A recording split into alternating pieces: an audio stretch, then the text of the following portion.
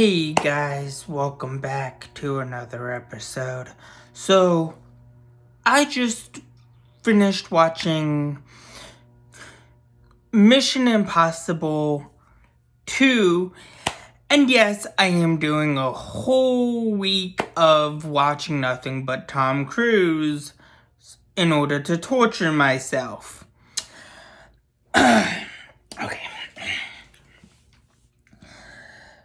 Torturing myself with Tom Cruise in Season of Torture seemed like a good idea because one, I can't stand Tom Cruise. Two,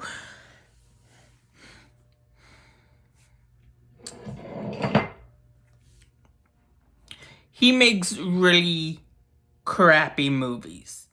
Yes, I know he has his loyal, diehard fans, and yes, he's only known for frickin' Mission Impossible at this point.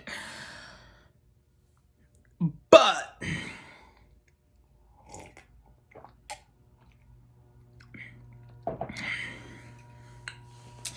I can't help but to wonder if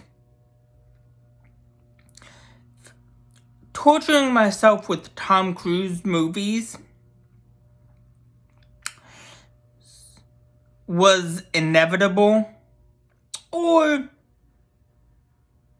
if it's worth the entertainment. Or maybe both. Who knows? But Mission Impossible 2,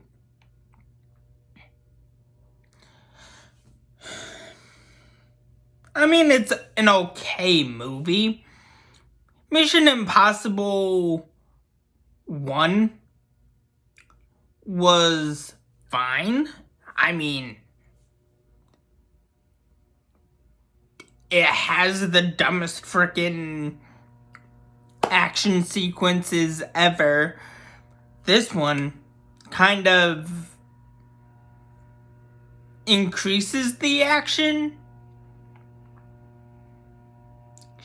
a bit, but it's nothing to brag about. Like, oh my god, Tom Cruise does another stunt.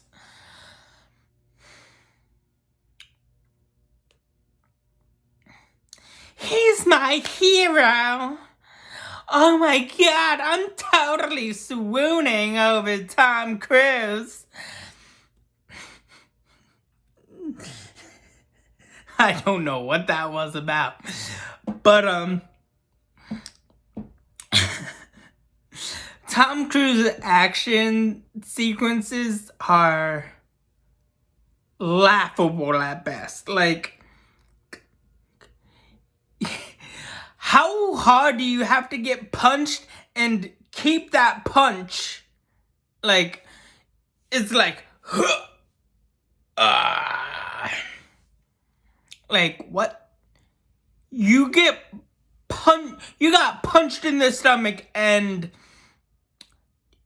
you're just keeping that punch in for a very, very long time, if I may add. Like, why keep a punch? Like, when I was fighting people back in elementary school, middle school, and high school, I never kept a punch. Like, that is the dumbest thing you can do. Like, keep a punch in while your opponent or the other person is like this, like, in a, like,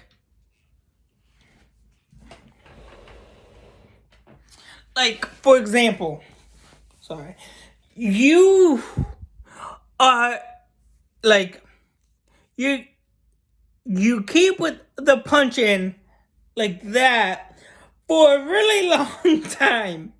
Like, that is like 5 minutes of like keeping a punch in. Are you dumb? Are you freaking dumb? Who taught you how to freaking fight?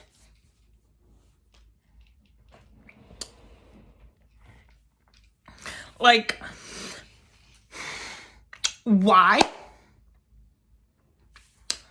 And don't get me wrong, the action is alright. It's the action is alright to a degree, but it's so goddamn predictable.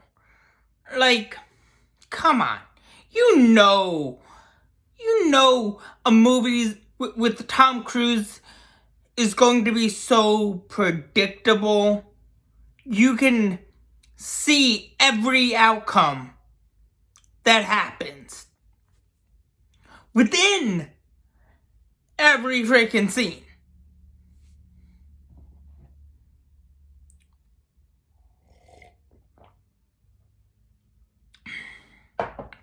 Especially, and I do mean especially, Mission Impossible.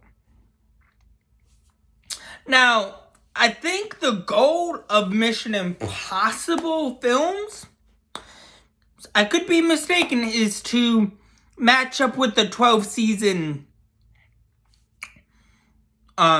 match the 12 seasons evenly, so that would have in total 24, because you have 12 seasons of the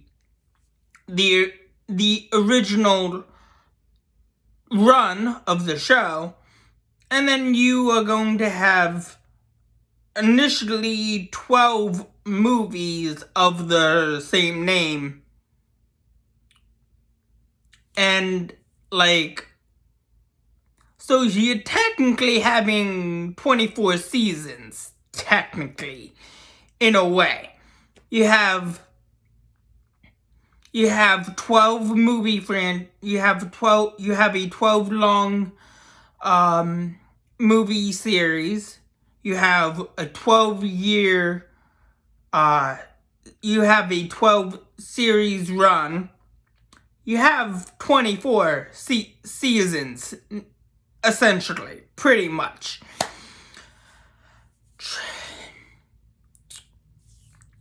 And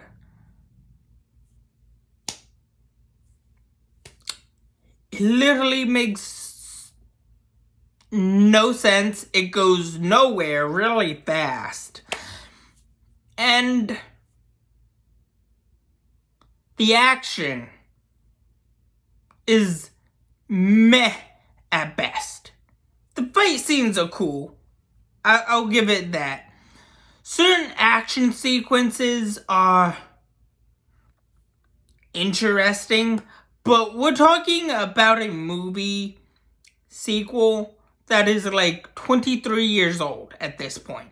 We're talking about a movie that is a movie franchise that is 27 years old. 20 freaking 7 years old. I was born when that movie first came out. I wasn't born when Mission Impossible Season 1 through Season 12 came out, because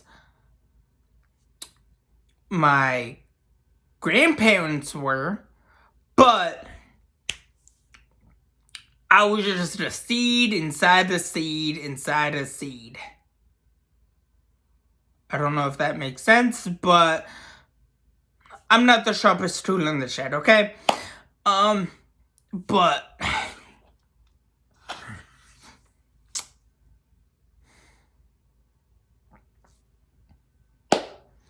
this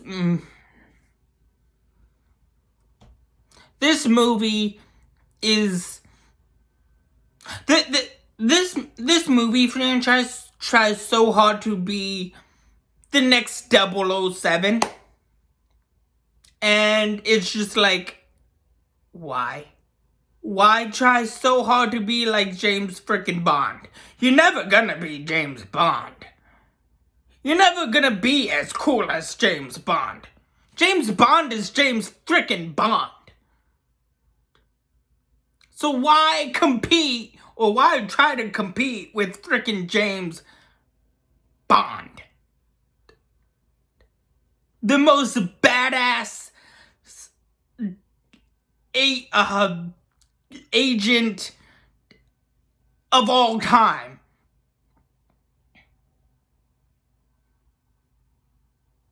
Like, why? Like, out of all things to try to be and emulate in a spy thriller, you try to emulate and copy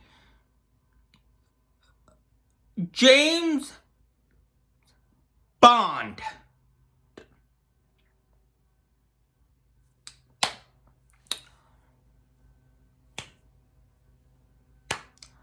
I have no words. I literally have no words. But it is entertaining-ish, I guess. But anyways, that's all I have for you guys so far for right now.